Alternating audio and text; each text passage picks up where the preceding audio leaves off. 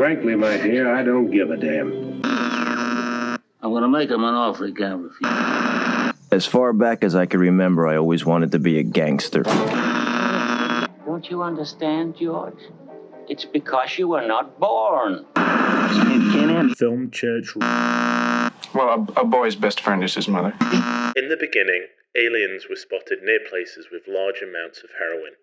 Later, aliens appeared in specific subcultures, punk circles, still around heroin, and in this punk circles, many more strange deaths have occurred.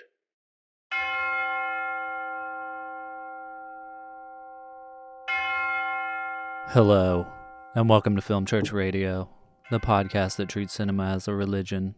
It's Sunday. I'm Branden. And I'm Lewis. And we're here to talk about movies.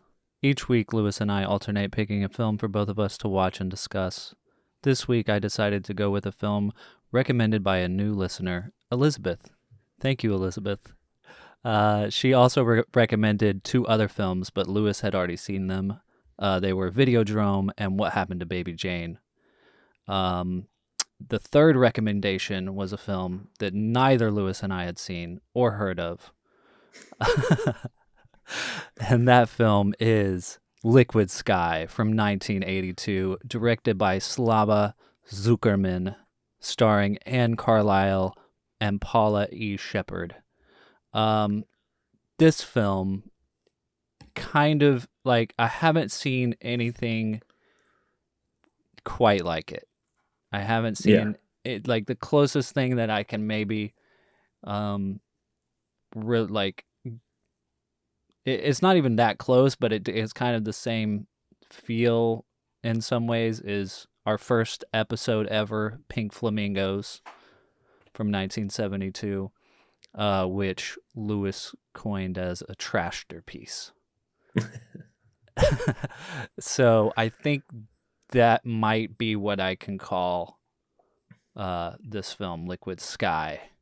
But we're going to get into that here in a little while. If you're new to the show, thank you for being here. And if you're not new to the show, thank you for being here. And we do ask that if you like the show, please give us a rating and review on wherever you listen to this podcast, and share it with your friends, and let them know that we exist, and bring them into the church. We'd love to expand this congregation. You can also find us on our YouTube channel, where you can comment on our episodes and jump in the discussion there, and we'll discuss some film and get deeper into this film church. I will say, before we get into the episode, I might do this disclaimer again, that as with our Pink Flamingos episode, this film is it's a bit extreme. wild. It's a bit extreme. So just, be ready for that. I believe the film is, I don't know if it's X-rated. It seems like it might be. I mean, I guess IMDb says it's rated R, so, but the subject matter is intense, I guess. Not quite as intense as Pink Flamingos, but... Yeah, wouldn't let my kids watch it. Yeah. You've been warned. Now it's time to discuss the trailer. Well, I feel like I get worse and worse at describing this section. We're just going to talk about movies we've watched other than the main feature, so we call them trailers.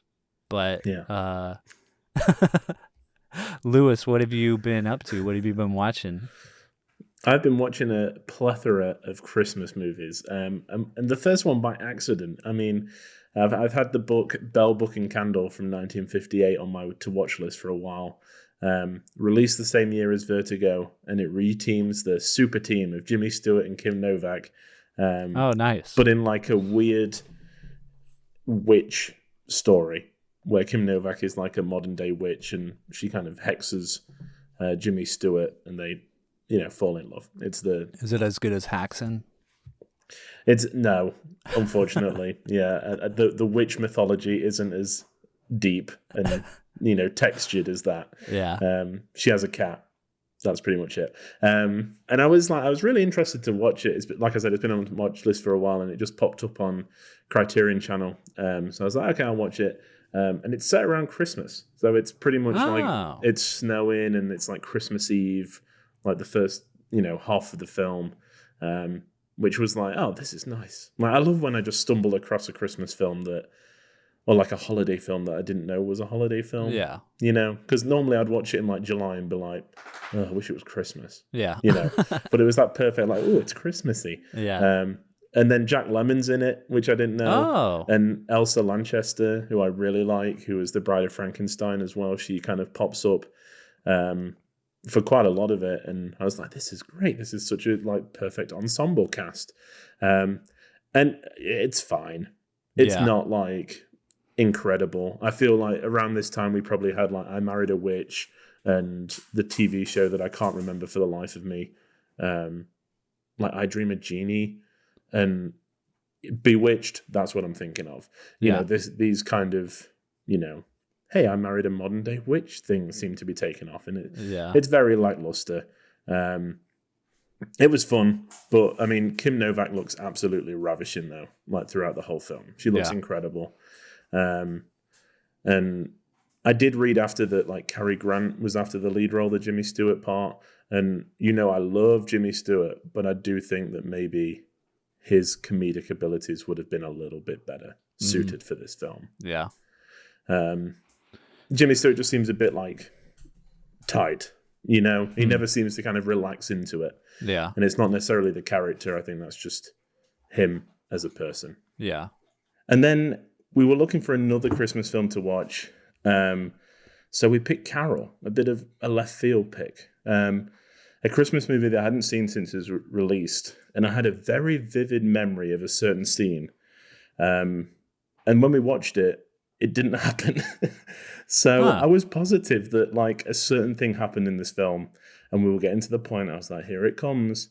And then it didn't happen. And I was like, oh, okay. I was sure that happened, but it didn't.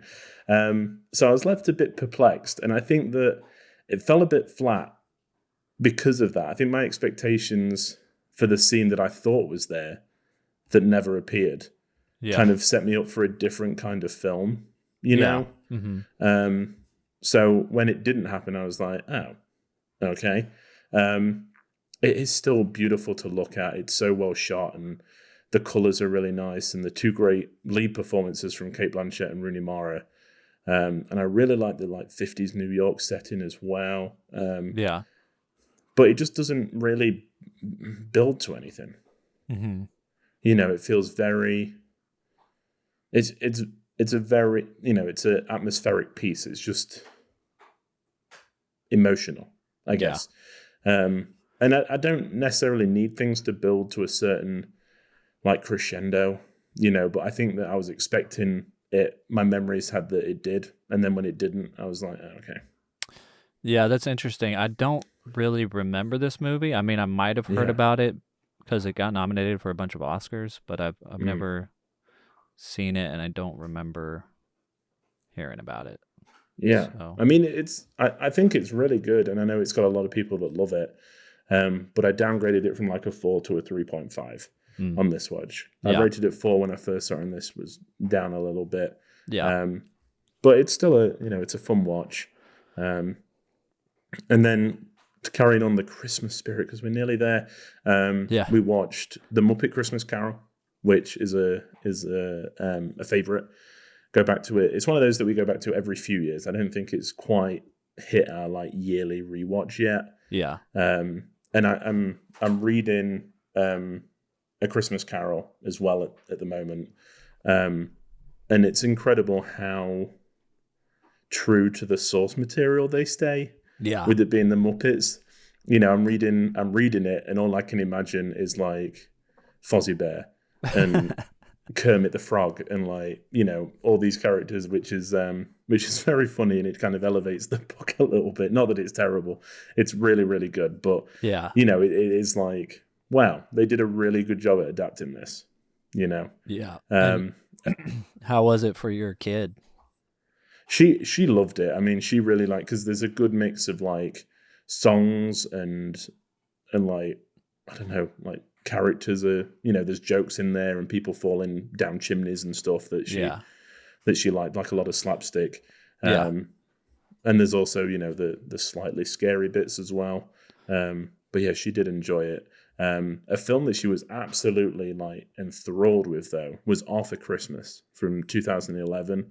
Okay. I'd heard good things when it came out, and we were just looking for something to watch while we like finished up dinner, just have it on the background. So I just put it on, and the whole, like, me, Chelsea, and Amelia all kind of got transfixed by it.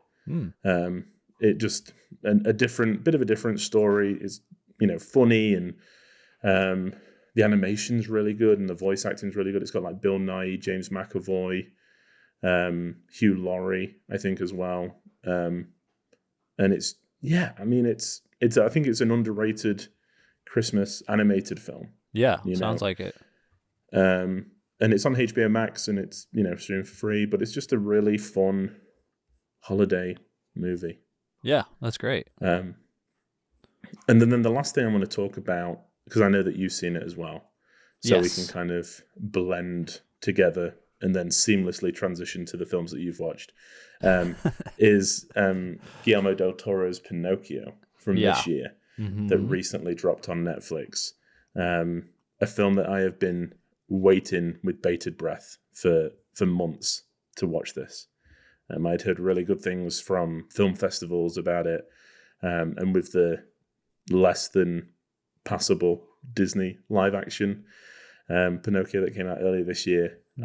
Did you watch that?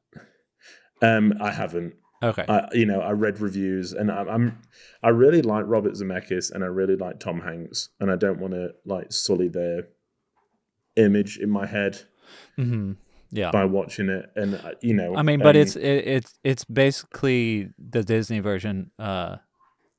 I would assume. I mean, neither one of us have seen it, but I would assume it's just a live action remake of the Disney animated version, which is what they've been doing with all the animated movies, like in the last like 5 years. And this is what, like, Pinocchio is not a story that I even like. Yeah. Necessarily, I don't.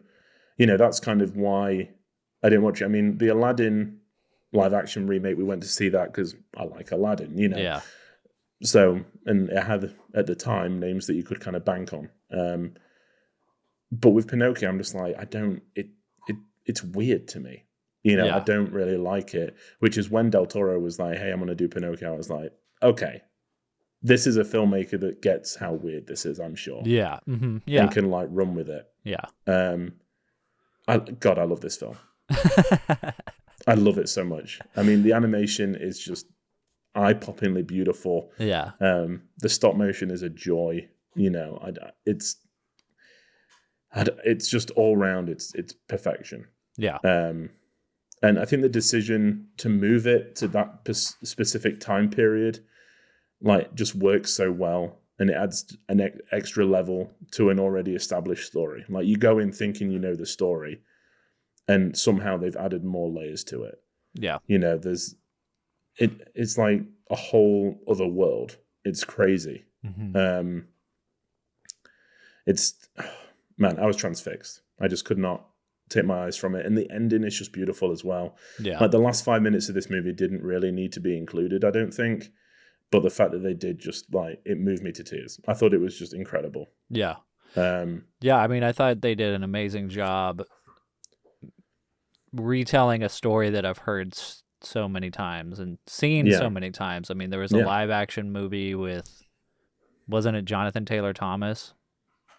I'm not sure. I think there was really that I remember seeing as a kid, and of course grew up watching the Disney cartoon, and there's just been so many versions. And again, this year there's two more from two big studios. But yeah, it definitely retold the story in the most interesting way I've ever seen. And made it much more emotionally engaging, and in Del Toro's way was able to take it and and highlight how weird it is without making it too weird. I get like so weird that you can't watch. Like you want to watch it because it's weird. If that makes sense. Yeah. Yeah. Like the weirdness adds to it instead of just making you feel weird or something, you know. Yeah. Or out of place. And yeah, I mean it looks amazing. And it was great. Yeah. Potential, I think, to be film of the year for me. Wow. That's super high praise. Yeah. I mean, just absolutely, like I said, transfixed. Yeah. It was Did beautiful. it move you quite a lot? Yeah. I mean, anything around, like, I don't know, loss and kind of dealing with that is surefire to kind of set me down the path. And it wasn't, like I said, it wasn't until the final 5 minutes that, you know, the last few scenes, like, really affected me, you know. And I think that it just builds on everything that it's already said. Yeah. You know, it's all about loss and death and life and the world and otherness and, you know, how to fit in and not losing sight of who you are. And oh my God. Yeah, just all these like heavy topics just rolled into unassuming, you know, quote unquote family film. Yeah, I mean, it's super adult, I think, for a family film. And I don't mean adult as in like, you know, kids are going to be scared by it or confused or not know what's going on. I mean, it's like it's a very deeply it's dealing with heavy emotional human stuff, you know. And it doesn't shy away from it. It's not like, you know, I always think of Frozen, how when the parents die, you just see kind of like the ship not come back up from the waves. Yeah. You know, and it's just kind of like, okay, we're not going to really mention it, but they're dead. Yeah. Whereas here it's like, you know, the first scene is Geppetto like laying flowers at his dead son's grave. Yeah. Yeah. You know, and it's and very it shows much like, and it shows grieving as a real thing. You know? Yeah. Mm-hmm. You know, it does. Yeah. It's not just like, oh, he's sad sometimes. No, it's like he's you really see him grieving. Yeah. Oh my God. It's so good. Yeah. It's so good. Yeah. It's great. Yeah. What else have you been watching, Brent? Several things. I watched Almost Famous from 2000. Mm-hmm. Have you seen that? I haven't. I think you would really, really like this movie. It's one that sure. my brother-in-law has been suggesting, I think, since we watched High Fidelity. And oh man, it was I gave it 5 out of 5. It was so good. Be sure to watch like the extended director's cut. Okay. But it's really great. It takes place, I believe it's the 70s, might be the 60s. Just rock culture, and I don't want to give too much away since you haven't seen it, but really good. I watched Red 11 from 2019, directed by Robert Rodriguez, written by him, and I think Racer Max is one of his sons. And then another one of his sons is in it. But this was a film that he decided to make basically as like a challenge to himself to like make another movie for $7,000. Which is what he made his first film for, that went to Sundance and got bought by Columbia Pictures, and, you know, kind of put him on the map. And so he kind of went back to his roots to make this film. And then along with it, there's a whole documentary series that just kind of shows the whole process. I've only watched like 2 or 3 episodes of that, which is really good. But the film itself, I wasn't too enthused by. I think sometimes that happens. You know, there's films that you read about that sound more interesting, and when you actually watch it, you're like, oh, okay. Yeah, and I mean, I think there's there's people out there that do like this movie, and people that have been getting inspired by the documentary series that kind of goes along with it, which is great because like that's kind of, I mean, his first film El Mariachi and his book Rebel Without a Crew inspired me a lot, when I first saw them. Yeah. So I think maybe it's just for maybe like a younger audience and stuff, but I don't want to like knock the film or anything. It just it ends up being disappointing, I think, sometimes when like you're like one of your favorite directors, like you watch a film and it's just like not as good as you want it to be. Yeah. Mm-hmm. But I've got his other work I can keep going back to. And there's still a lot of his newer films I haven't seen. Like he did Alita Battle Angel. I never saw that. It came out like 3 or 4 years ago. So, excited to kind of catch back up on his stuff and finish the docuseries. But then I also watched Stutz from 2000. I almost said 2002. From this year, from 2022. It's a documentary that Jonah Hill did about his therapist. Yeah. It's on Netflix. It's really, really good. It's got a lot of surprising things in it. It's not as like cut and dry as you would expect. Yeah. Because like from the trailer, you kind of expect it to just be like, hey, here's how you practice good mental health. But it goes a lot deeper than that and like turns some corners that you don't expect.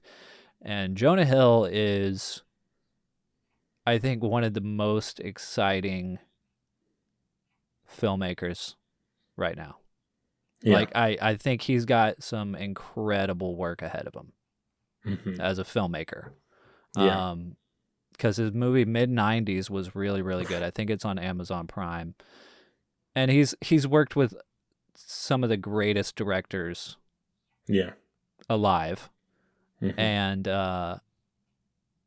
his process of creating art, I think, is going to lend to some really good cinema down the line, Yeah. And you can kind of see that in this documentary, and especially because he's like, you're seeing his process kind of while you're watching the documentary, if that makes sense, because he's also a subject of the documentary. Anyway, highly recommend it. Sweet. When you get a chance. I rewatched Molly's Game from 2017.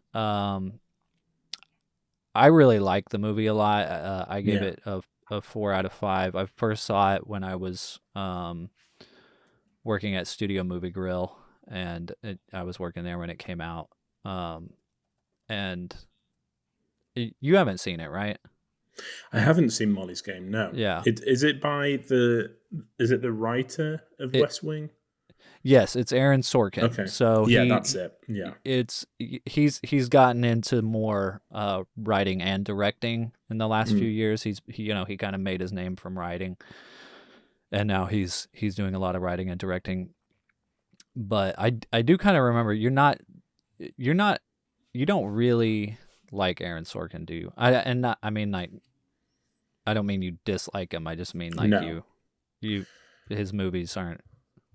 Let me double check the film. Because he did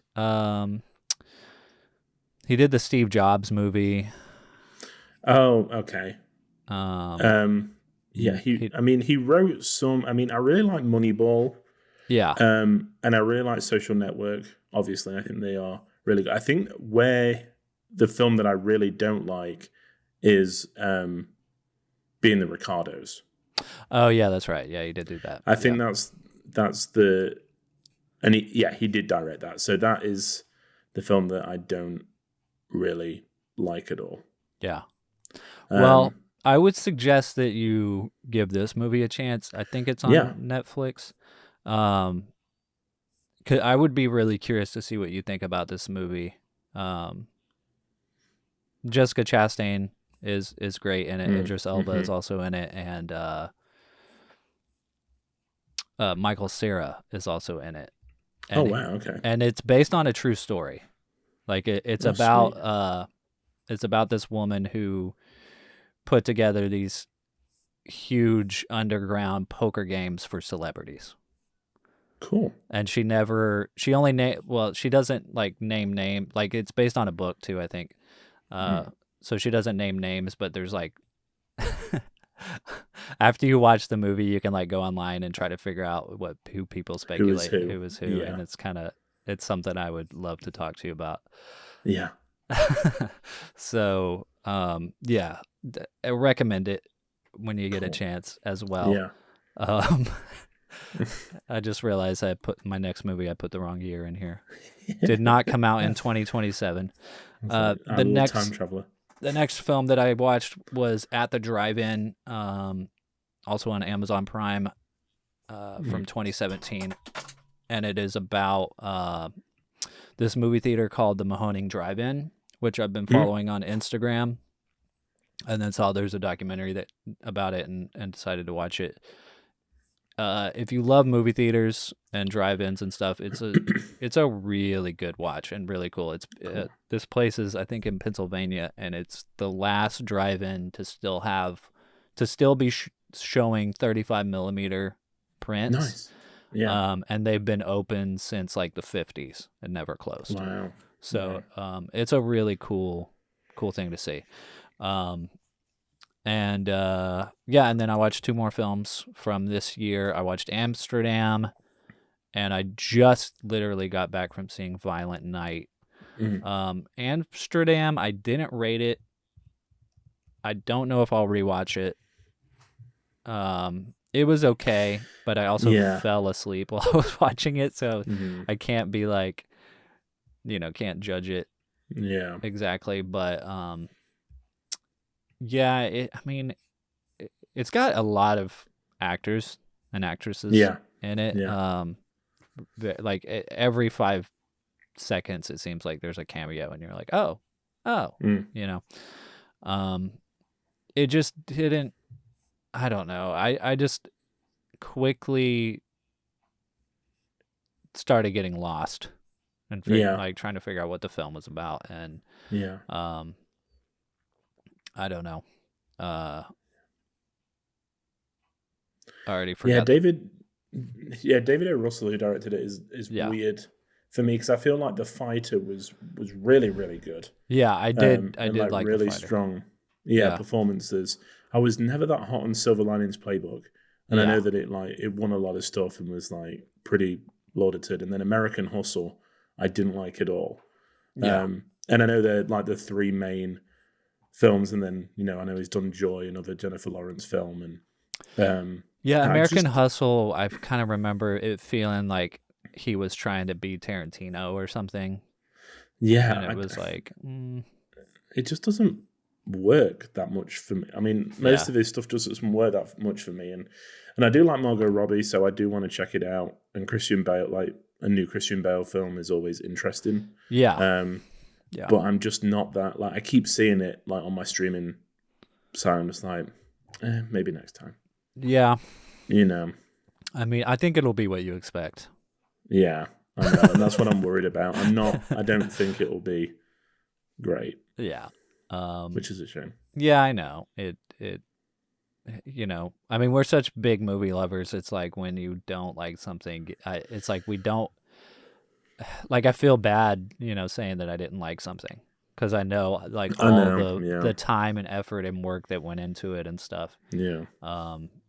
But I'm sure there's people out there that still like the movie. So yeah, I'm sure. Audiences everywhere. But yeah, Violent Night kind of surprised me. Okay. It is what you expect. But it did make me laugh, and I did have a really good time watching it. I think that it could potentially become like a cult classic eventually. But it it was surprisingly enjoyable. I mean, it's very like, it's almost like a no-brainer.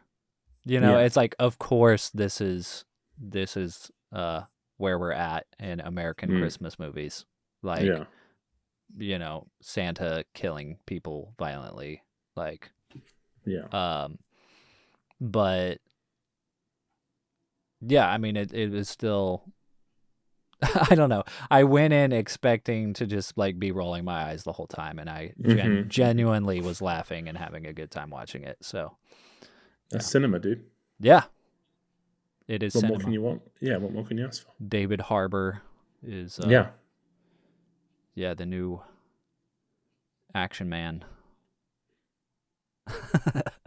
I do want to see it. I do, I think that it would be a perfect, like, day after Christmas movie. Yeah. When you've the hangover from Christmas. Yeah. And just watch Santa kick the crap out of people. Yeah. Yeah. Perfect. But yeah, that's it. Sweet. And now I think it's time for our feature presentation.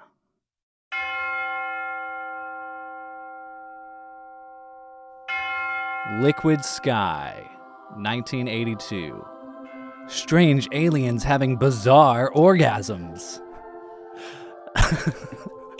Okay. I'm sold. An alien creature invades New York's... Okay, I can't even get through this now. An alien creature invades New York's punk subculture in its search for an opiate released by the brain during orgasm. So, that kind of sums up the movie. We'll see y'all next week. So yeah,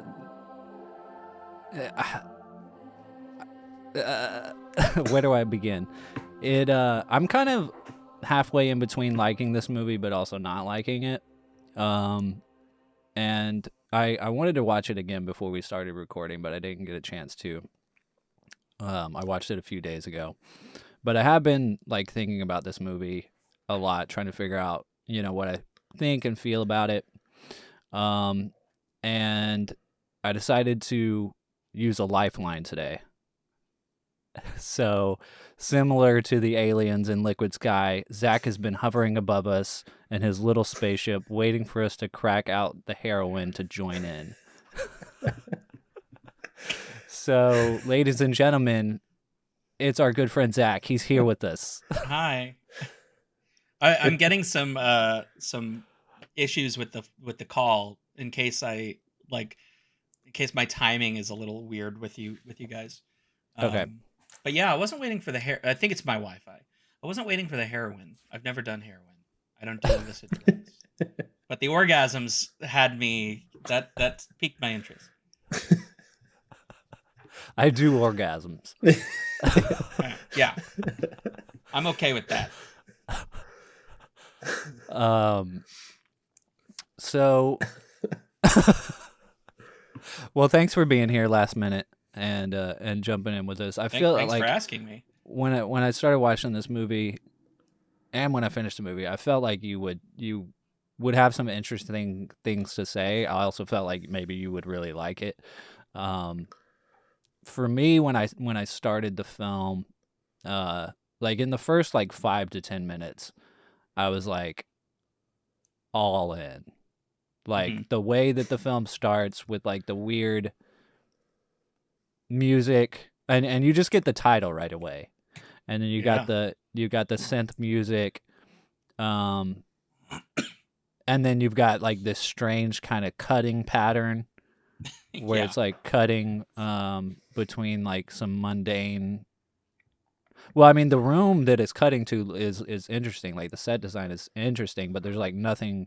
There's no people in it, and then it's cutting to this club and people dancing and having a good time, and then cutting to this mask, and then back to the room, and then back to the dancing. I was like, okay, this is gonna be really cool. This is gonna be a weird art house, strange thing, which I like. I like stuff like that, and yeah, it is. But then, as the film goes on, The music gets a little bit repetitive for me, for my taste. And then, the plot isn't, I mean, it's interesting. The movie keeps you engaged, I think. At least it did for me. But it's not like,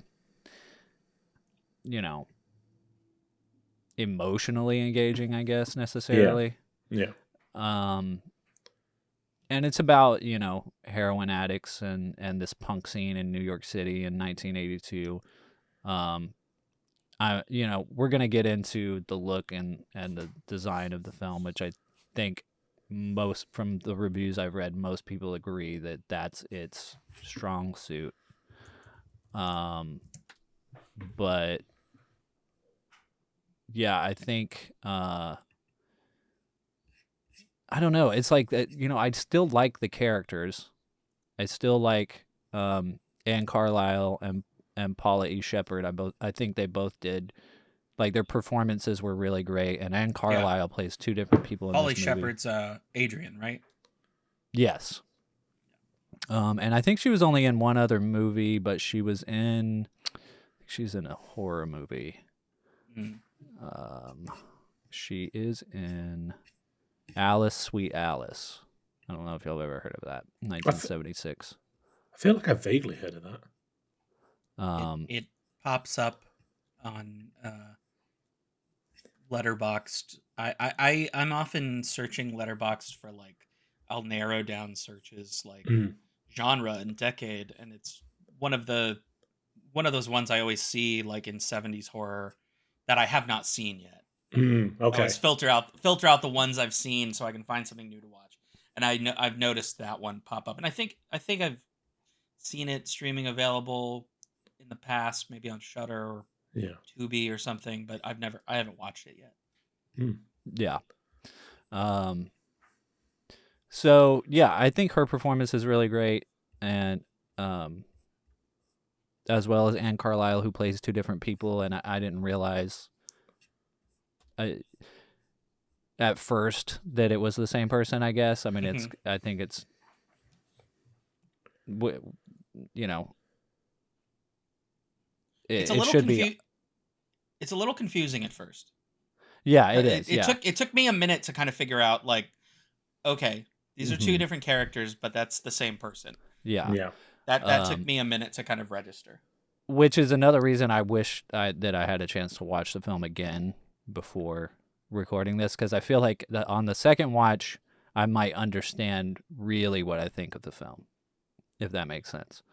Because there are some things that I did really like about it, like the fact that Anne Carlisle is playing a man and a woman, and they do a great job of being convincing as both. And then also the discussions around just like challenging society, and the scene where she's like with her, I guess it's like her teacher or something, and she's like talking about, or the character's name is Owen, and he's like talking about how he doesn't like her costumes and their phony theater, and then she's like, your blue jeans are theater, at least we know we're wearing costumes. So I feel like, like that was like a point of the film that I really liked, a point that the film made that I really liked. And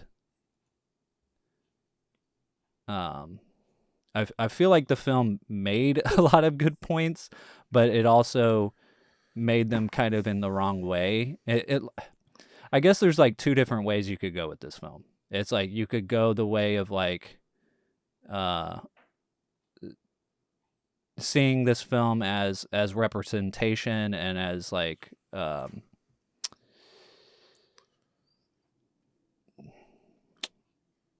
guess just as representation, for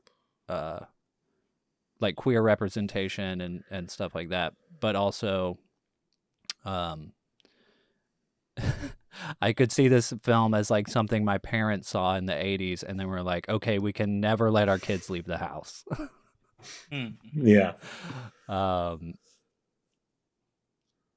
Which I guess is, is the same with any kind of art. It can be taken, I don't know if I would say the wrong way, but like it could be interpreted in many ways, I guess. So, yeah, that's kind of where I'm at. So, Yeah. I want to get into the more of the film and figure out what you guys think and where your head's at. Yeah. Lewis? Whenever I watch a film like this, I feel like such a square. I always come out of it and I'm like Krusty the Clown when he's watched Worker and Parasite. I'm just like, what the hell was that? And like, it takes me a minute to like to register what happened and what it was that I didn't like. And and I think this film definitely improved for me after I because I wanted to, as always, I know Branden and I've talked about it. I went into this completely blind. When you suggested it, I'd never heard of it before. And I purposefully didn't look up anything about it. I had seen that it was about punk subculture just from when you had suggested it, and I saw it, on Letterboxd when I first looked it up. But apart from that, no idea what I was going into. And then after it finished, I read some reviews, and there was one, and I can't remember the user on Letterboxd who put it up, but they were talking about how this is it's a representation of what other people saw the punk scene as at the time. And like this was like their worst nightmare about the punk scene kind of projected on the screen. And as soon as I read that, I was like, okay, it makes more sense as to why, it is so, there's, if you kind of are attracted to these people, you'll get killed. There's so much drugs and like violence and stuff like that. Like it's obviously a comment on that. But I mean, yeah, the soundtrack really annoyed me, and it was hard to like get away from it. It's just that monotonous, like throbbing sound that, just from the very start. I think most of my notes that I made were just like, honestly, what is this soundtrack? Like, why are we still listening to this song? Just change the record. Yeah. But that's probably due to the budget, right? I mean, they probably had this synth music that they recorded themselves, and then were like, okay, we could just put this off, over all of it. Yeah, there were 3 composers, and one of them is the director. Yeah. Mm-hmm. And I think they were just sitting at a synth keyboard and coming up with stuff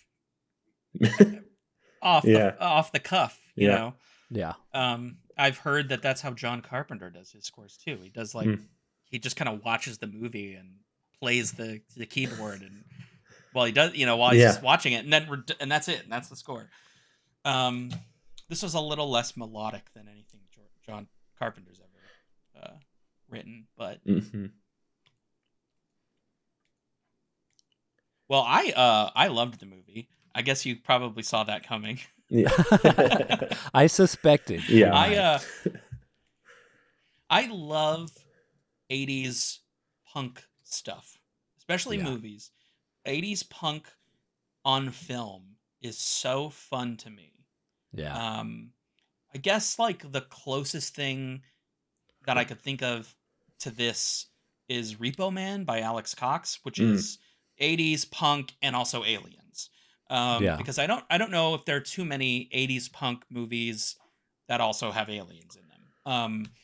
But it fits in that milieu. And I love like Russian stuff and Soviet stuff in particular. So I did not go into this movie completely blind. I did read about that it was made by this Russian director who had fled the Soviet Union and his wife. So I did know that going into it, that like there was this kind of weird Russian immigrant element to it, and that immediately attracted me because the one thing I was thinking while watching this, I was like, I know there are people out there who probably watch this and go, what were they smoking when they made this? And they weren't smoking anything. They were probably just smoking cigarettes because they were just Russian. That this is like that's like what this type of science fiction made me think of, like Russian Soviet sci-fi stuff. It felt like it fit in that same milieu. But I did like the movie overall. The music, I didn't like the music, but it didn't bug me. Like, it didn't get to me. I think I just got used to it after a while. Yeah. The thing that kept making me laugh was the constant cross-cutting, which is happening in the opening of the movie. Like you were describing, Brandon, like it's cutting back and forth between these different things. But that is like the editing of the entire film.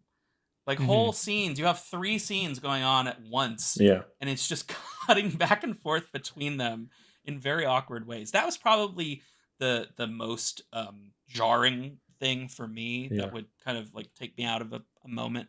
But as far as the music goes, though, I did like Adrian's song that she sings at the beginning. Yeah. Me and my music box. Yeah, I did like that.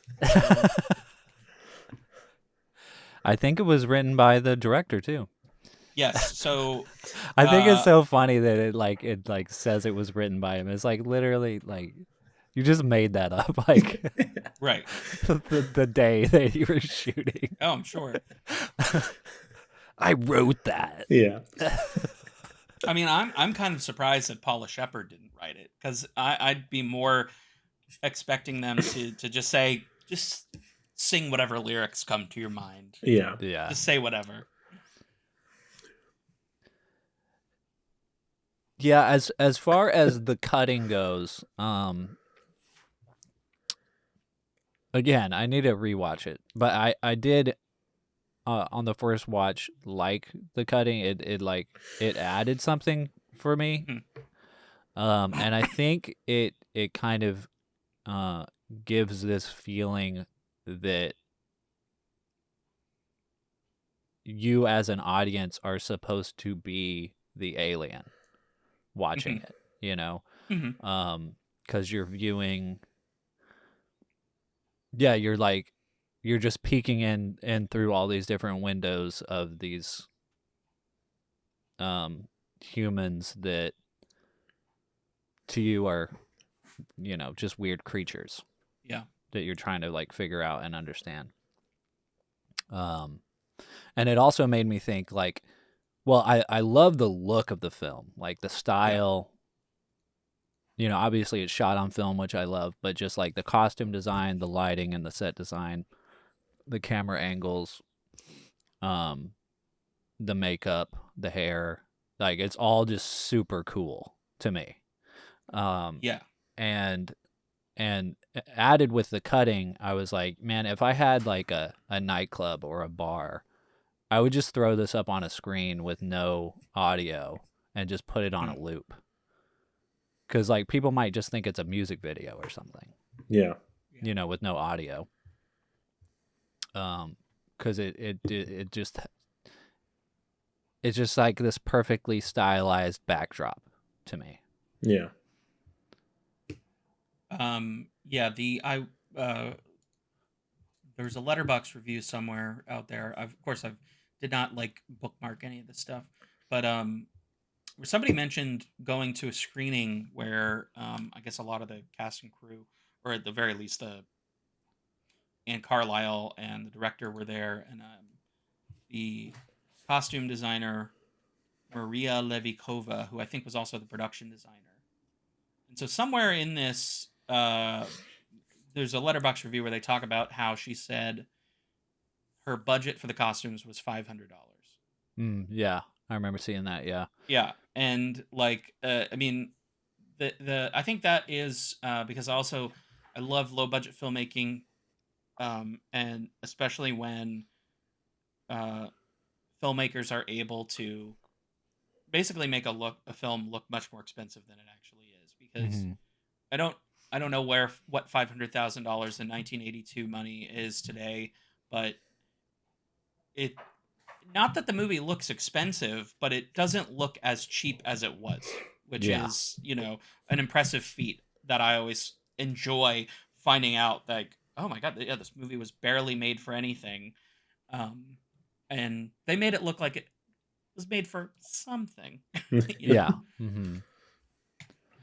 Because the production design, the costume design, all very impressive. The look of the film is just great. Yeah. I was watching a Siskel and Ebert clip from that time, and Ebert was like, as a fashion show, I give it a thumbs up, and as a movie, it's a thumbs down. Okay. But I mean, it still is a movie. It's like, it's not a fashion show. It's a movie. There's a lot of I do wish I was taking notes, and like you, I only watched it once. I watched it this morning, and I haven't had a chance to watch it again since, I was tempted to just start watching it again, but I had to go to work. but there's like a lot of, like, you were kind of talking about, like, this movie makes attempts to say a lot of things, and it's definitely that's kind of where I am, where I'm like, I gotta write some of this stuff down, because there's these great little moments throughout the film that are making some interesting points, or they're just very funny. I mean, there's a part near the beginning, I think, where the guy is shooting up, or he's attempting to shoot up, and he's like, Jean Cocteau would shoot up heroin before he wrote, and his wife's like, Jean Cocteau would still be Jean Cocteau even without the heroin. Like, there's funny stuff like that throughout the movie. Funny dialogue. Yeah. Some of it is a little racy to say on the air. I won't repeat necessarily all of that, but yeah, but see, that's why I think I'm on the fence with it, is because it's got some very, obviously the style and the look go a long way for it. Yeah. But then you've got, some representation that you don't usually see in this era. Oh yeah. On screen. And some interesting points, but then, like, the people are like doing horrible things. It's like, okay, like, how many times do we have to watch this woman get raped? Mm-hmm. And necrophilia. Yeah, necrophilia. But then it basically becomes a rape revenge film when she realizes she can kill people with her sex. Yeah. Yeah, I mean, so I mentioned in the intro that the film kind of reminded me of Pink Flamingos in some ways. Oh yeah. And very, like, John Waters-esque, I guess, because it's just about, like, some horrible people doing horrible things, and that's kind of. But see, I don't know if that's exactly the point.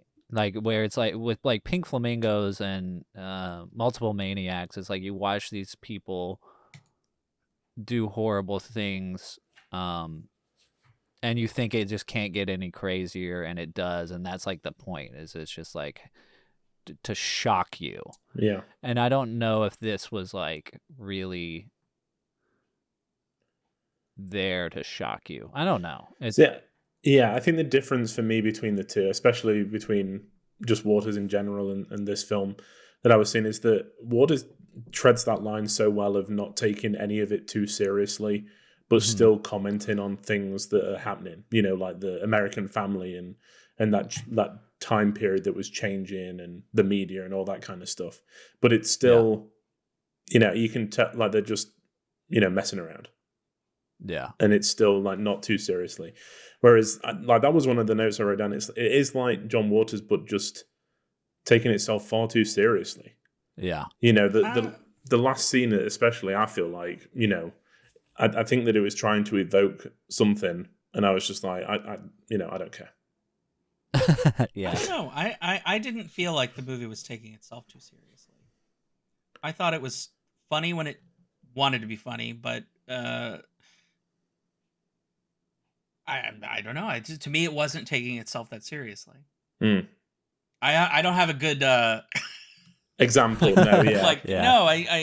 I think that is it's very punk in that way, in that it's just irreverent, kind of for the sake of it, to be anti-establishment, to even if it's making a point, it's doing it in an absurd way that isn't necessarily a socially acceptable way. Yeah, I don't know. Yeah. Yeah, I feel like I'm gonna feel differently on a second watch. I do think like the side characters, like the scientist guy and the woman, didn't do much for the film. I think maybe if those scenes had been a little more trimmed or thought out a little more, like try to add something, it would have been better. Well, and but those are actually, I think, good scenes that illustrate that the film's not taking itself very seriously, because you've got this guy looking through his telescope at these aliens and only thinking about this while this woman is like doing all this heavy petting. She's throwing herself at him, and he's just like, "But my research."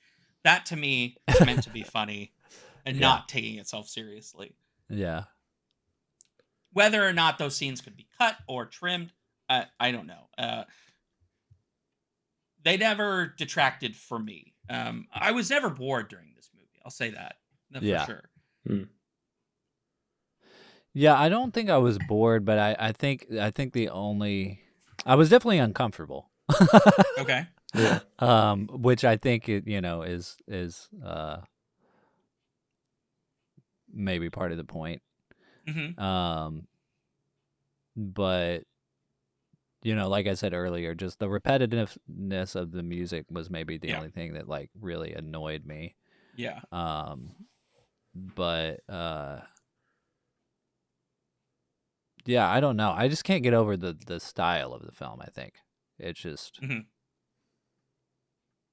it's almost like every shot is just there's something cool to look at. And I did also like the fact, like, when they actually are going to the alien's point of view, it almost gives you like this Predator kind of cartoon look done way before Predator. Yeah. So, do you guys think that this is like a feminist film? Do you think it's like what you were saying, Lewis, that it's like a kind of comment on what other people think the punk scene is like? Yeah, I think I read an interview with the director on the interview website, and he was talking about how when they were writing this, Anne Carlisle wrote a lot of her own personal experiences into this film, and she wanted to kind of emulate the real perspective of a woman going through this kind of culture and surrounded by these kind of people. And I do think that it is a feminist film. I think there's a lot in there that is about equality, not just for women, but for everyone, and every, like free love and experimentation and not being attracted to a gender that you're told you've got to be attracted to. I think there's a lot of really progressive things in there that is interesting. I mean, those themes are, done really well. Yeah, Yeah, I mean, there's a line in the movie, I think she says, like, I'm attracted to the person, not the genitals. Yeah, Mm-hmm. yeah, which is kind Which of... is- Yeah, exactly. Mm-hmm. It's great. Yeah, it is. And I think that, that side of it is really interesting. I think that it just doesn't, I don't know, it gets bogged down with the other stuff, Mhm. but I mean, then again, a film without aliens and without drug use and all that kind of stuff it wouldn't work, Yeah. and I'm being critical of it. And there needs to be something else in there for these plot points and monologues and character beats to actually work. It can't just be a character being like, hey, I'm attracted to everyone, because you'd be like, Yeah. okay. And, Well, Anne Carlisle and the director Slava Zuckerman, and I think his wife is Nina yeah. Karova. They all three wrote the script, Mm-hmm. but then Anne Carlisle 5 years later wrote a novel based on the film, which I think goes deeper into like the characters and the backstory. So it probably adds a lot of like context, Yeah. and things that you're not getting from the movie, which feels more experimental and kind of more abstract in its messaging, I guess, and thought. But at the same time, it does have like these great lines. So. Yeah. And I think in that same interview that I was talking about with the director, he said that Anne Carlisle pretty much moved in with them while they wrote this film. And they were sitting around the dinner table, eating dinner, talking about the female orgasm. And he's like, all these things just bled into the script, all these kind of conversations that were happening around the time for women's rights, and kind of just, I don't know, opening the door to the other side of the sexual experience, was just like kind of infiltrating this movie and, seeping into it, which I think is clear to see now. Yeah, well, I mean, and there's also that line towards the end where she's like, she thinks she's killing people, with her C word. Yeah. And then I think it's the scientist that comes in, right? And he's like, no, it's the orgasm. Right. You're not, you're living because you aren't having orgasms. Yeah. Which I think is maybe, see that it's like scenes and lines like that where I'm like, okay, this needs to be viewed with an audience, and I think it probably was comical to a lot of people when it came out, and probably why it did so well. I mean, this film was the highest growing independent film of 1983. Right. Grossing $1.7 million in the box office. Off of $500,000. Yeah, I mean, it made a lot of buzz, which is surprising to see that like the filmmaker didn't really do much else. Yeah. After there's a lot of that though. There's a lot of like schlock, low budget indie genre films from the 70s, 80s, and 90s, and you look up the filmmaker, and it's basically that's the one thing that they did. Mm-hmm. Yeah, I mean, obviously he's done a couple of other things, but like they never continued making more of that. It's like they'll have this one movie on their resume, and then some commercials or TV movie, something like that, or nothing. That's seems to be like a fairly common thing, is they manage to get one thing made and it's successful with its niche. Yeah. And then they don't get anything else. I mean, it makes sense. I guess it's tough to get movies made. Like it's like and lightning in a bottle. Every time. And I think too that directors, I've not read or watched anything with Zuckerman. I'm gonna call him Zuckerman because his name sounds sounds like the Jewish name Zuckerman, and he's Jewish, so maybe that's the original Russian. But like, I've never read any interviews with him. I've never seen him, and I do think that being like directors who are themselves kind of like characters tend to have better chances of getting more stuff made. I noticed that this film was put out on Blu-ray by Vinegar Syndrome, and I'm probably gonna buy it now that I've seen it. But Nice. I have several of movies from Vinegar Syndrome that are kind of in this same wheelhouse, where here's this schlocky, low budget horror or sci-fi or whatever film, and it was like the only thing that the director really did. And then you see these filmmakers, and they're just these like regular looking guys. Like there's nothing about them that's sort of like, they're not weirdos. They don't come off as freaks. It's sort of like they kind of they wanted to make a movie, and they figured out what to make a movie about that would get some money. And they succeeded at that like once. And so it's possible that he's just not enough of like a personality to keep this kind of thing going. I don't know. That's maybe me being too psychoanalytic, but yeah, I mean, like the other note, every picture of like anyone associated with this movie is them like at a Q&A for a screening of this movie. Yeah. Yeah. And I think where the unfortunate part of it, I think where it falls down for me is to do with the budget. I think that like these themes and the script would work really well. And I was thinking the whole way through it, I mean, David Bowie has like a lot of influence, obviously, in this film. If he was playing the dual role that Anne Carlisle plays, this would be a modern classic. You know, everyone would be aware of this movie. Not just because of him, you know, playing the dual roles or anything, but I think that it may have been a bit more polished and a little bit more nuanced. I mean, this is just speculation, obviously, but I do think that that's potentially where it falls down, you know, for me especially, is that it's just not what I expected it to be, I guess. I don't know. It's hard to, you know, it's not. Yeah. I think that movies like this, there's a lot of films that kind of fit this bill, I think. Horror or sci-fi movies from the 70s, 80s, 90s, these genre movies that people made on the cheap.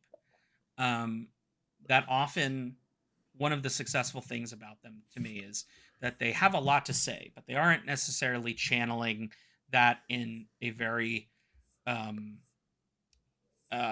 you couldn't whittle it down to a sound bite.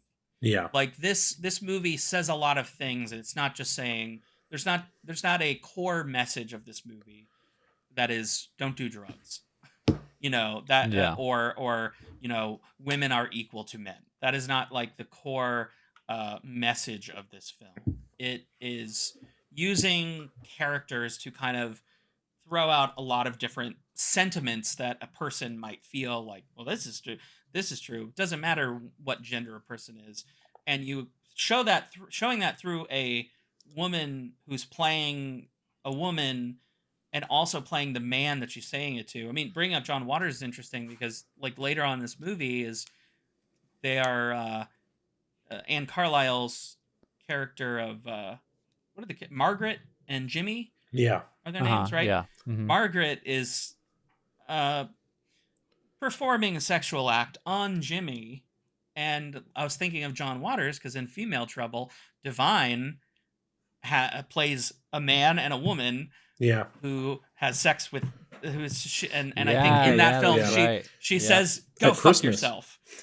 Right, at Christmas. So I mean, like I think even just having that element of a woman playing a man and having a sexual encounter with themselves to the point where it's like I also couldn't tell the characters apart at first. It was, you know, took a minute to realize that they were these two different characters and that they were man and woman.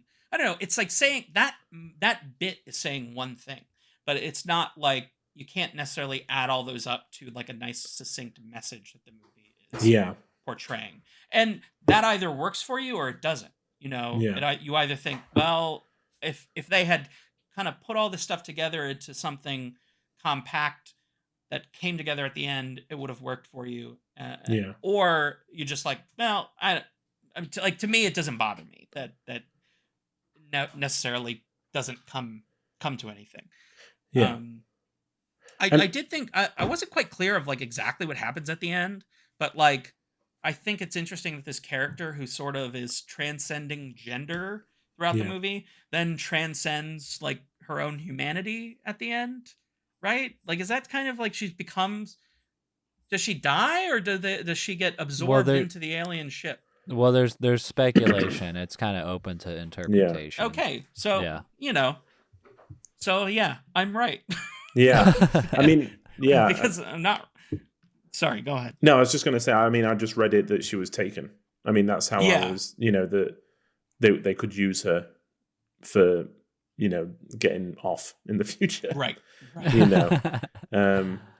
But yeah, I think what you were saying, Zach, about how all these messages kind of come together, but it's not like a clear through message, it doesn't kind of stick the landing. And I think that's where I thought that's my biggest issue with it. I think there was more that annoyed me in this than there was that like piqued my interest, because there was definitely themes in there that were really interesting, and I enjoyed the representation of that.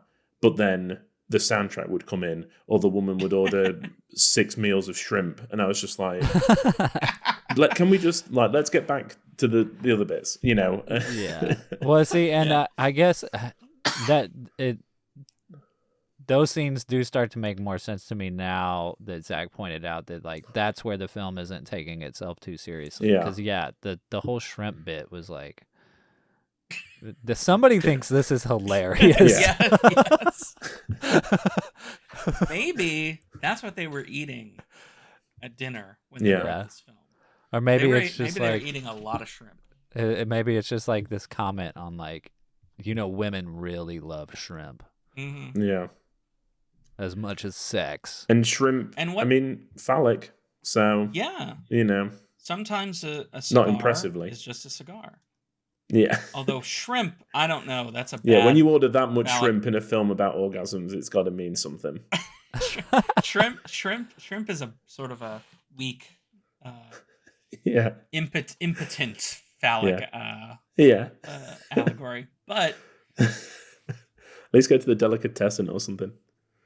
Yeah, I don't know if it's a feminist film, but if I were putting together, and I would not be qualified to do this, but if I were putting together a syllabus of like gender on film, I would probably include this movie. Mm-hmm.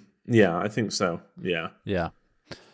Well, the Safdie brothers had it on a list of must-watch New York films. And New York looks incredible in this movie. Yeah, it does. Which was all like happy circumstance. It was just like the balcony had that view. That people thought was like projected and stuff, but it's obvious that it wasn't. But yeah, I mean, the views of New York are filmed really well. And another thing that I didn't really notice, but when I read that interview, it kind of poked out, is that it's all filmed at dusk, like the witching hour. The whole film is like, all the scenes are kind of at that time, and the director said they had like 3 to 7 minutes a day that they could like film, because it was like in Russia it lasts for like an hour, but in New York it lasts for like 7 minutes. So it just they just did it 7 minutes at a time for all the outside scenes, which is dedication to a theme. And it always is just that, it's like that moment before darkness, the whole way through, which is probably a comment as well, but I don't know if I'm qualified to make that connection. Well, you'll be excited to hear that there's a sequel in the works. I'm not. Yeah, I don't think that's actually going to happen personally. Yeah. Yeah, it seems like from the stuff I looked it up, and it's like every couple of years for the last like 10 years, it looks like there's like news about it, and it's like, all right. Yeah. We'll see. Yeah, see, I think Alex Cox made a sequel to Repo Man that was like filmed. I could be pulling this out of my ass. I'm pretty sure that was like completely filmed in front of green screens, and it just like is awful. Oh, dear. Yeah. Yeah. And that is kind of what I expect if these people actually managed to get together and make a second Liquid Sky. Yeah, I mean, Just the gonna only film way it in you front could of do it, screens. Yeah. the only way you could do it justice is if you do it the same way you did. Right. Yeah. Well, And I Same think it's, camera, same lighting, not- same I'm not filming gonna at say dusk. yeah, I'm not gonna say it's easy. I'm gonna say I think it was easier in 1983, 82 to make a cheap movie look good than it is now. yeah. Because Yeah. now everything is just going to look like a digital camera and it's going to look too clean, and I don't know. The fact that you don't need locations, you can use Yeah. green screens. So, And I know that we were talking at the beginning of the show, Brandon, about Del Toro's Pinocchio and how the time period it's set in works really well for the story. Like, if it was set in like today's world, I don't know if like any of the whole point would be lost. You know, it's not. Yeah. I feel like it's of such a time. Like you were saying, that Yeah. like the 80s punk films really call to you. Like if this was transplanted to today, would you still be like, oh yeah, this is cool? You know, I think that it's such a relic of the period and a relic of its time that any sequel would just not feel comparable. I don't know how you could carry this on. You know, I don't think it's I don't know what you could do without it feeling inauthentic. Yeah. You know?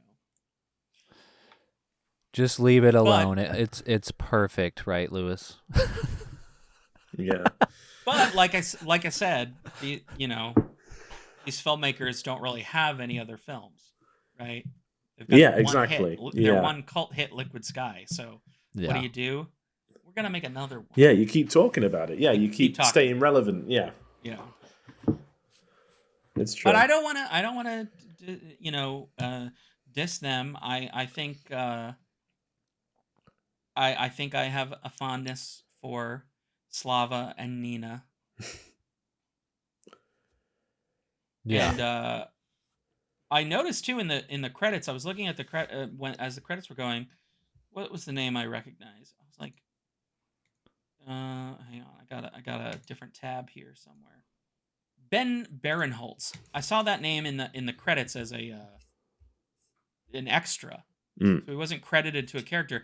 I was like, I know that name, and sure enough, he's no longer alive, but he was this like Ukrainian guy who owned and operated a major movie theater a movie theater in New York City that was a major hub for midnight movies.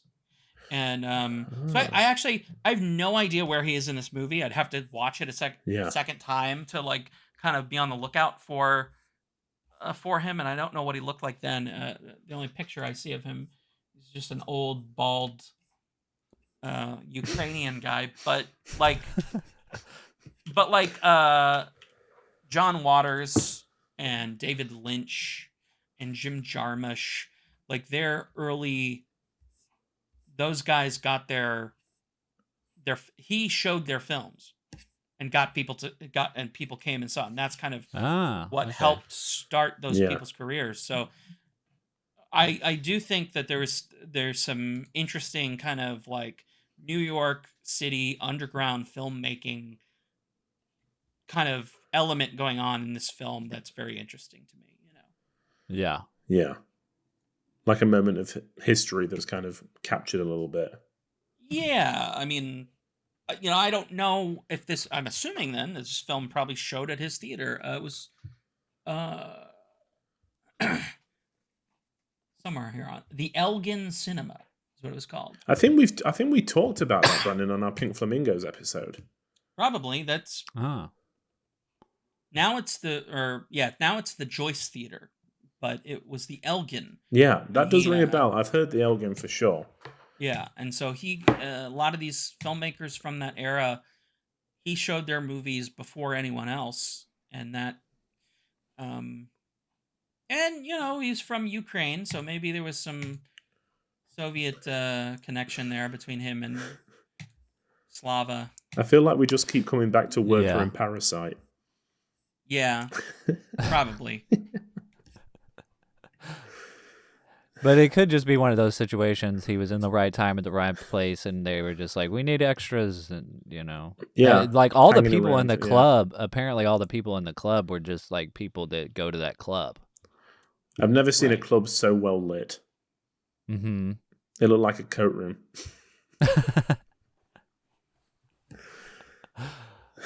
I'm just taking low blows now. It's okay. They'll get my money because I'm gonna buy the Blu-ray. There you go, Slava. Let's see what kind of treatment did this film get on Blu-ray? I think it got a 4K Yeah, restoration. 4K. Yeah. Was it the original camera negative though? Or was it an interpositive?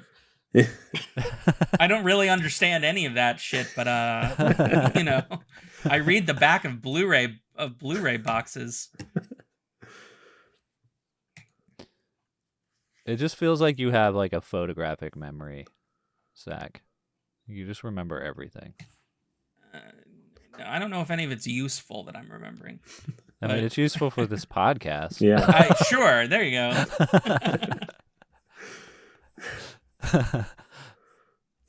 That's why I knew. I was like, I think Lewis and I need help. Yeah. Newly scanned and I mean, this is from like 2017, I think, when this release came out. Newly scanned and restored in 4K from the 35mm original negative. There you go. Serious stuff. And pretty good. You got a commentary with Zuckerman, a booklet with an essay, interview with Zuckerman, an interview with Anne Carlisle, a feature-length documentary, Liquid Sky Revisited. So. If Vinegar Syndrome would like to sponsor this podcast, we are very open to it. There is no guarantee that Lois will like any of the films that they send, but we are welcome to try them out. We will rate them honestly. I will probably love everything. Yeah. We can just pass them on to Zach. It's just going to become a permanent me podcast. You guys will be like, I don't really want to cover this film, and it'll just be a solo. Every listener will be like, Zach's on, Lewis and Brandon didn't like it, I guess. Yeah. Okay, well, we might be at that moment where we guess what each other rated the film. I'm going to say that Zach rated it 5 out of 5. Even though he doesn't really rate things. I don't put ratings. A big heart is what you rated it. I definitely gave it a heart. Yeah. Lewis, I think you gave this movie a 1.5. Okay. Oh, Brandon, I think... wait, I was going to say, Lewis gave it a 2. Okay. I was going to think that like he liked enough things from it for that full 2. Mm. Well, see... That was kind of where my head was at, but then after this conversation, I was like, I think he really did like it. Yeah. Not enough to be like half a star. But I haven't listened to the last couple episodes of your guys' show, so I may have lost my sense mojo for Now, did you listen to the American movie episode? Not yet. I actually did pull it up and scrub to the end to find out what your next movie was, which is what I usually do before. Like if I'm like I don't have time to listen to it, but I want to know what next week's movie is, I will do that before, and then I'll reset it to the beginning and listen to it. Nice. Now I have a very strict rating system. Like I wrote down recently what each rating meant to me. I haven't seen that. Yeah, it's not been shared publicly. It's very basic, but it does help me kind of narrow it down when I'm in the middle. Brandon, I think you gave it... I know you said that like you kind of liked it, didn't like it. I think you're erring on the side of liking it more. So I'm going to say you rated it a 3. Okay. I think you gave it a 3.5. I'm just going up by half. Yeah. And the winner is Lewis. Ooh, yeah. And you won as well. Yeah, 1.5 for me. Nice. Yeah. Yeah. Lost my touch. Literally, you went half a star above for Yeah. both of us. Yeah. I mean, literally, like one of like a line in the 1.5 rating that I've got is one or two things really worked, and that's kind of what like made me. I was like, okay, a few things worked for me, but on the whole, I did not like it. Yeah. Yeah, 3 Yeah. stars is pretty good though, Brandon. I mean, Yeah, I mean, for me, I did like it. I am gonna rewatch this, yeah, possibly a few more times, and take possibly like inspiration from it for like looks and feels of yeah. future projects and stuff. And I know that I need to watch more of these films. I need to push my boundaries to kind of, I don't know, to get the other side of cinema, and like find more stuff like this. It's just, I don't know. I feel like I'm such a traditionalist that Yeah. it like I said, I do feel like it's just a square watching films like this. Whereas my music taste is very like all over the place. It's not necessarily the same. I don't know. My film taste is a bit more rigid, I guess. Yeah. It's weird. Well, that's what you got Film Church for, man. Yeah, that's it. I would never even have probably heard of this film if it wasn't Yeah. for Film Church. So, Well, what are we doing next week? yeah, next week is going to be next Sunday is going to fall on Christmas Day. So to save everyone having to have homework over the Christmas holidays, Brandon and I are just going to sit down and talk about some of our favorite Christmas movies. It's going to be a little bit shorter than normal, a little bit more laid back, not as rigid, but yeah, just an opportunity for us to talk about some of our favorite festive movies. So that'll be next Sweet. week. Yay! Cool. Cool. I won't be on, but my favorite Christmas movie is Gremlins. Nice. Yeah. That's a good one. Yeah. And then Leonard Moulton gets attacked in the second one because he didn't like it. That's right. Yeah. The second one is great too. Yeah. Might actually be better than the first, but it's not a Christmas movie. Yeah. So it's not my favorite Christmas movie. And then there's the weird rip-off Small Soldiers, which I was very partial to when I was a child. Oh, I love Small. Well, it's the same director, Oh, yeah. Joe Dante. Okay, I did not know that. I love Small Soldiers when I was a kid. Yeah. I haven't seen it since I was a kid, so It's going to be Looks rewatched this festive period, I'm pretty sure. Yeah. And a young Kirsten Dunst. that's right. Yeah. And the late great Phil Hartman. Oh, yeah. Oh, my gosh. Yeah, I'm going back to this. Probably tonight. Well, thanks for being here, Zach. We really appreciate it. Thank you for asking me to come on. Yeah, dude. man. And thank you, Elizabeth, for suggesting this film. Please keep suggesting things, Elizabeth. I'm sorry I didn't like it. Wasn't there she suggested She few films? yeah, and this was the only one Videodrome. Okay. Videodrome and What Happened to Baby Jane and this film. But Lewis had already seen the other two. So. Yeah. I haven't seen Videodrome or What Happened to Baby Jane, so I'll have to watch those and then maybe I'll talk about them in our trailers in a future episode. And Videodrome would have been very topical because I'm listening to so much Blondie at the moment. So I would have very Nice. much enjoyed watching Debbie Harry. But, Yeah. I can watch it on my own time. Next time. Yeah. Well, that brings us to the end of the show. You can find the show on Twitter, Instagram, and other social media channels at Film Church Radio. We got some extra content on TikTok and Instagram, some cool little clips and videos from the episodes and movies. You can find Lewis and I individually on Letterboxd, which is a social media movie app where we rate things and review things, and you can see what we're watching daily. I am at Selman Scope, and Lewis is Walker Lewis 3007. And of course, we're streaming on all good podcast platforms. Please leave us a rating and review. Tell your friends to come join the church and let us know what we should watch, and we might watch it and talk about it on the film like we did today. The only thing I've got left to say is, I'm sorry, but duty is more important than shrimps. Well, the duty is yours. The house is mine. And in my house, shrimps are more important than duty. Duty. Yeah, can I just say, I know that was the outro.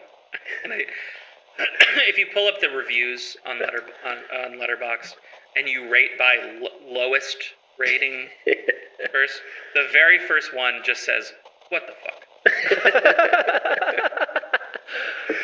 For Liquid Sky. Yeah. Oh, that's cool. I didn't know you could do that. I'm gonna have to do that. Yeah. For everything now. Yeah, sort by lowest rating first. And when you scroll past mine, you'll get...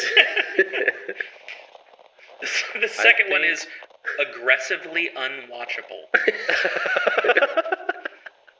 Aggressively unwatchable. Oh dear. Amazing. Nice. Well, go aggressively say your film church prayers. Amen. Amen. Amen. Amen. Bye. Bye. Bye.